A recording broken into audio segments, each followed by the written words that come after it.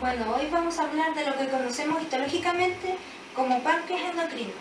A modo de introducción, podemos decir que el páncreas es un órgano retroperitoneal que mide aproximadamente 20 centímetros. Se extiende desde la parte C del duodeno hasta el hilo del vaso. Su peso varía desde los 90 gramos en hombres a 85 gramos en mujeres. Y la vascularización adyacente nos permite separarlos en 4 partes, que sería cabeza, cuello, cuerpo y cola del páncreas. A la 7ª semana de vida en el feto, el páncreas está compuesto principalmente de células endoteliales no diferenciadas. En la semana 9.5 aparecen los conductos ramificados, de donde aparecen las células acinares y las células endocrinas. Las células endocrinas aparecen como un conjunto de células a lo largo de los vasos sanguíneos y los ductos, los cuales afluyen en un conjunto de células que forman los primeros islotes pancreáticos. La principal característica que tiene el páncreas es que posee 2 funciones, una endocrina y otra exocrina.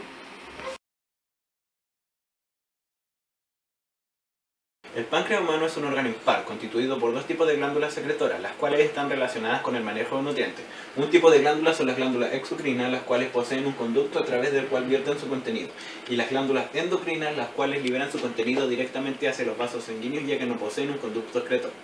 El 98% del páncreas corresponde a la porción exocrina, formado por células que crean conductos y acinos lobulares.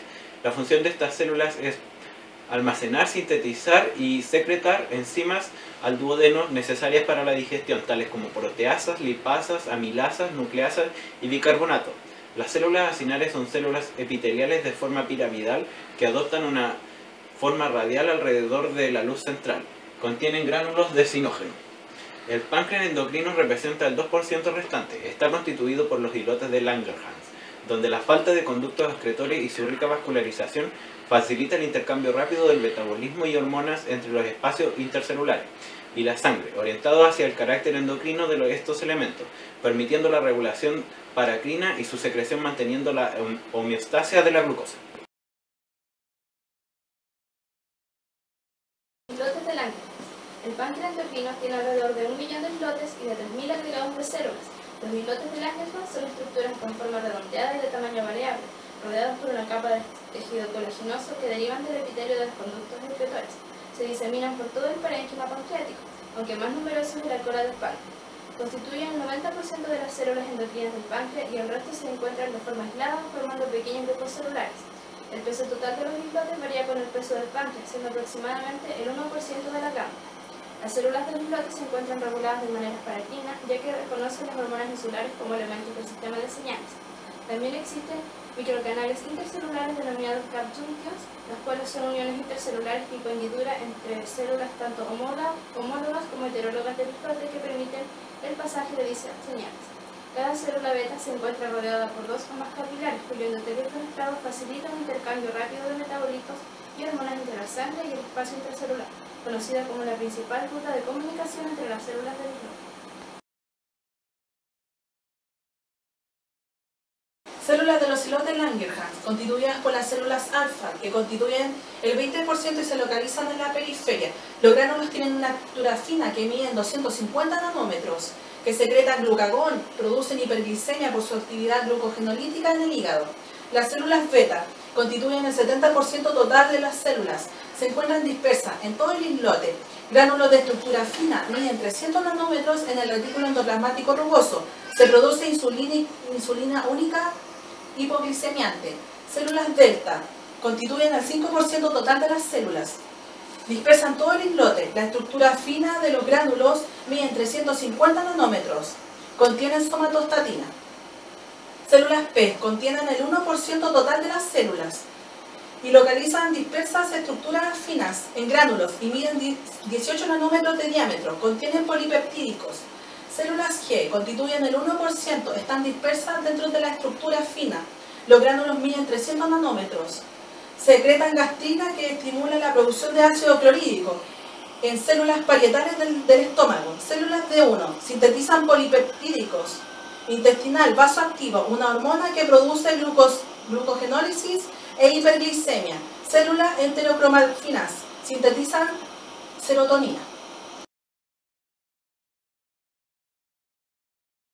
Las células de los islotes de Langerhans no pueden diferenciarse unas de otras mediante un examen histológico común, pero los procedimientos inmunocitoquímicos permiten reconocerlas.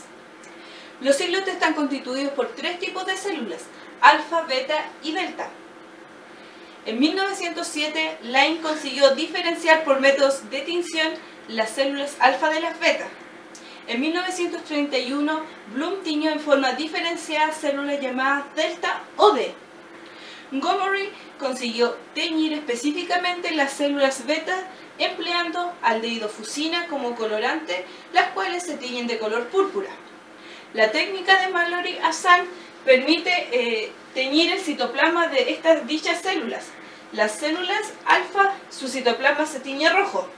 Las células beta, el citoplasma se tiñe de un color pardo anaranjado, y las células delta se tiñen de su citoplasma de color azul.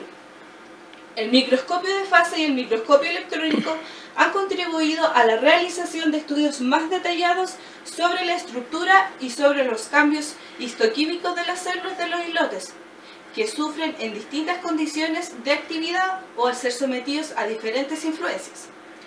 La micrografía electrónica muestra las características que distinguen a las diversas células, en especial tamaño y electrodensidad de sus gránulos. Los islotes de Langerhans del páncreas están formados por grupos celulares situados entre las masas glandulares exocrinas. Producen al menos 4 tipos de secreciones endocrinas y están inervados por fibras simpáticas y parasimpáticas que regulan esta secreción. Las células alfa producen glucagón y constituyen entre un 20 y un 30% del total de células de los islotes. Las células betas productoras de insulina representan entre un 40 y un 60% de la masa celular. Las células que producen somatostatina, y al igual que las células F productoras de polipéptidos pancreáticos, no son más del 5 y el 15% del conjunto de células de los islotes. Cada una de las hormonas insulares de los islotes es capaz de influir en la secreción de las restantes. Así, la somatostatina suprime la secreción de las otras tres, la insulina suprime la secreción del glucagón. El glucagón, a su vez, estimula la secreción de la insulina y la somatostatina, y cada una de ellas es capaz de suprimir su propia secreción por acción autocrina. Además de estas 4 hormonas clásicas, los islotes de Langerhans también secretan otros péptidos con función endocrina, como la amilina, la dromerulina, el péptido relacionado con el gen de la calcitonina, el péptido C, la pancreostatina, la secretoneurina, la gastrina, la restina, la urocortina y el factor relacionado con la corticotrofina.